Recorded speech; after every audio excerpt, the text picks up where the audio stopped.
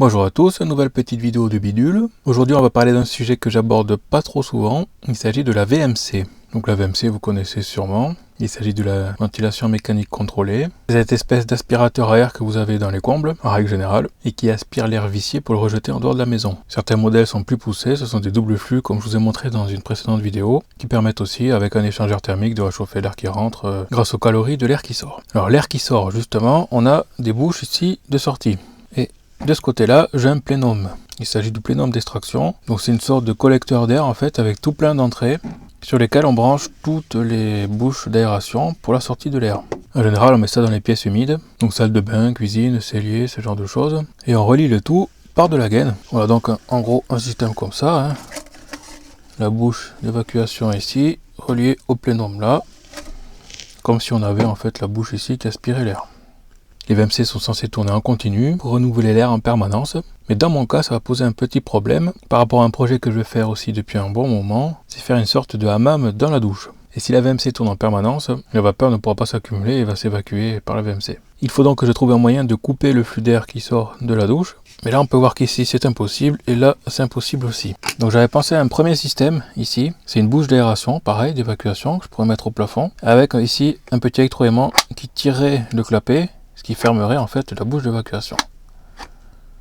Le problème de ça, c'est qu'il faut mettre un électroaimant à l'intérieur ici, qui va être soumis à l'humidité, qui risque de rouiller, de gripper, et puis bon, c'est mécanique, c'est un peu pourri.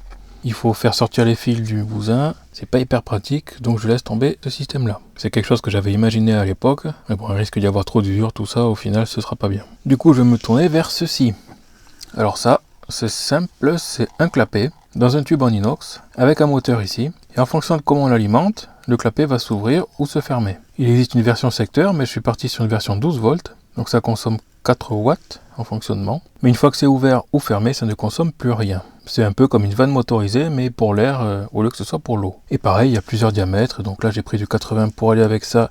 Et puis avec la bouche d'évacuation ici qui est en 80 aussi. Il existe toutes sortes de diamètres, donc là je m'en sors pour 19 €, frais de port compris. Donc comment c'est foutu? Il y a le tube ici avec le papillon. En dessous il y a une petite flèche qui indique le sens, sauf qu'on peut voir que là la flèche indique que ça sort, alors que c'est fermé. Parce que forcément j'ai dû tomber sur un modèle où ils ont tourné de 90 degrés le bitonio là, et du coup ça indique pas le bon état. Donc au dessus on a 3 fils. Le plus est au milieu, ici, et le moins on le met soit d'un côté soit de l'autre, pour ouvrir ou pour fermer.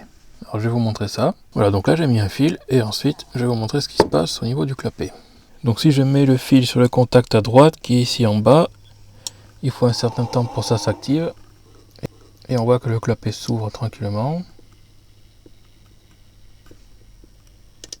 Et si je mets le fil de l'autre côté, à gauche ici, donc en haut de la manip, ça se referme.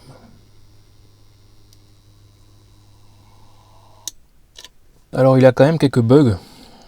Si je fais plusieurs fois de contact là, ça part des fois dans le mauvais sens pour revenir ensuite en position comme il faut. Alors, je ne sais pas exactement ce qui se passe. Ici par exemple j'ouvre et si je fais plusieurs contacts pour l'ouverture, des fois il se met à fermer.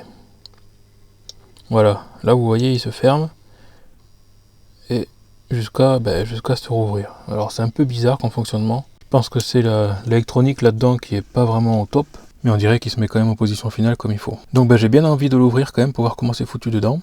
Donc ici on peut voir qu'il y a deux vis et je vais démonter pour voir. Donc voilà, après avoir sorti ces deux vis, le système se déclipe. Un peu comme un tourne-broche en fait, ça vient juste s'enquiller là-dedans, c'est tout. Alors voilà, c'est ouvert.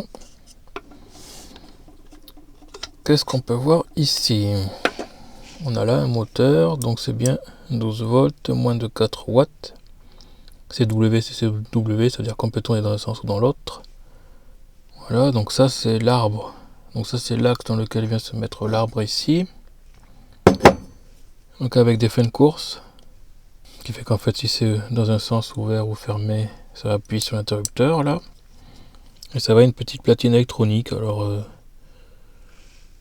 regarderai sur internet si je vois quelque chose. Mais là du coup je sais pas trop qu'est-ce qu'il y a dedans, c'est moulé. Mais bon voilà, ça c'est pour les curieux qui comme moi aiment bien savoir comment c'est foutu dedans. Donc voilà, j'espère que cette petite vidéo vous a intéressé un petit peu. C'est un bidule que je trouve intéressant pour ma VMC, je pense que Seb aussi ça l'intéressera. C'est notre bidouilleur aussi qui est trafiqué dernièrement, c'est un système de puits canadien. Donc voilà. Voilà pour cette petite vidéo À plus.